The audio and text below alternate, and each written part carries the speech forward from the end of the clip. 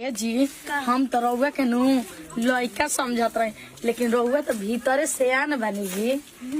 हाँ बनी नु। हाँ।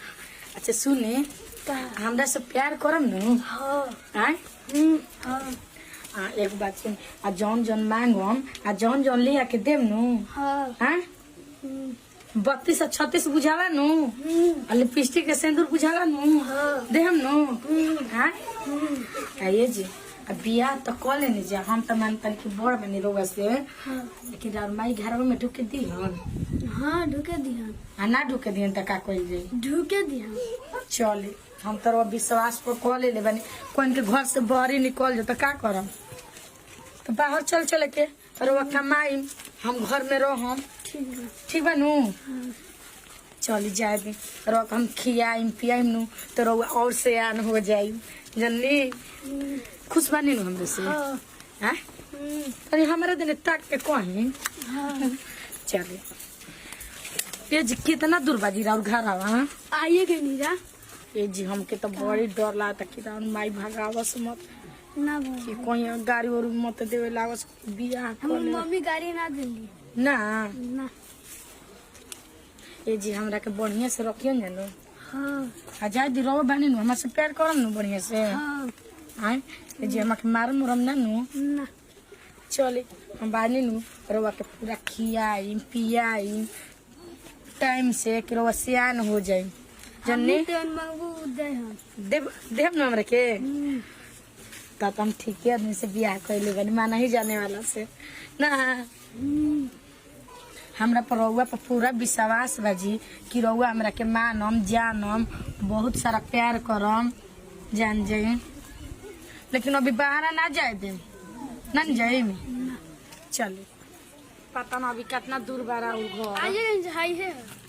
इहे ह जी। हाँ तो मुंह तो प्लेन जी।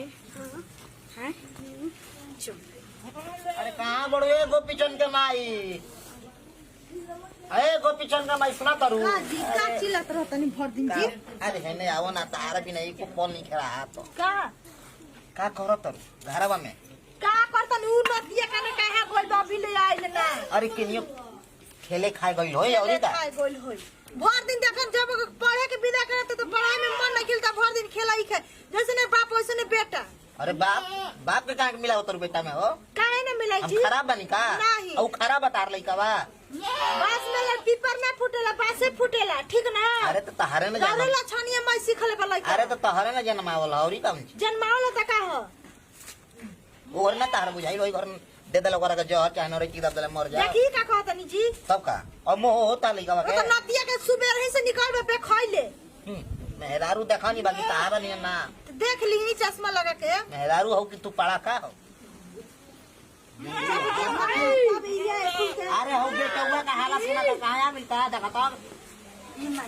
अरे ओने राजा आई के हो? निका रे नतिया हर कुल का भेस बनल बेच रे। अरे खेला भैया सन उहे पोज बनौले वाला था। अच्छा खेत खोज रे बनो। ना पापा जी हमके बियाह कइल भइरा पापा पापा जी। पापा हम बाबू हई बोला अपने पापा जी बियाह कइले बनी। शादी कइले बानी। तू बिया बियाह कइले बनी रे। पता के रोमांग में सिंदूर आई मंगल आई हो रामा जी की का को दलस रे बदमाश। अरे भैंसिया लइका के माने भी तो तोरो ना पूछत रे कि लइका तुर के ठिजरा को कइले है। मेरा और मम्मी जी मम्मी जी अरे बोला अपनी हम जी तारा के लइका ना मिलत रहे हैं। ये पापा जी हम ज्यादा ढेर दिन के ना होने, अभी हमारे कितना उम्र होता जानता नहीं, अरे बाप। 10 साल उम्र होता, खैला पियला सोईसा हो गइल बनी। अरे तो 2 बरिस बोड़े बड़ 8 साल के लइका वे भइल। अरे सुनो तरु उ छोड़ो ना जो अरे हमरा फक मारले बजी का सुनतनी। आई जोन होके का तो हो आई गइल नतिया बा। करे नती तो अरे का बोल हो बड़को अरे माई हई देख ना ए भौजी। अरे नतिया आई हो दादा। खेलत खेलत है या गुल बउए ना रे माई बियाह ई साचो के बियाह कइले बा। जय भगवान जी तारा ना बुझात रहे इस लइका सब चलिए हो।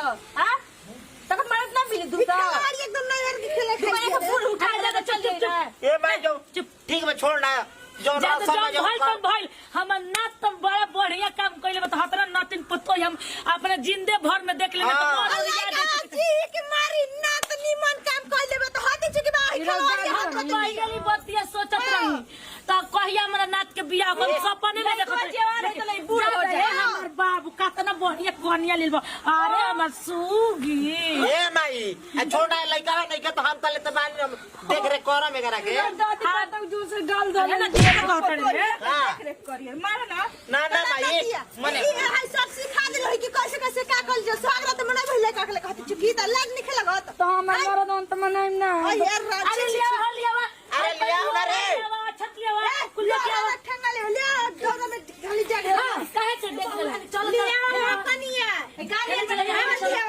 अरे तना में बहुरानी ठीक बड़ी चला बेटा अरे भाई गीत गावा मुंह के कइल बाड़ू गीत गावा जा गोड़ में साई बड़ी कहत तो बुढ़िया के गोड़ में सब हमर मन हैरान होता तो तू कोई हमार मिसिया आ उ त हर मिसिया हां ये बेटा नहीं भारी लागता हमार के मिसी आ फूला ना तू के ले लू तू काहे बचाव भैया?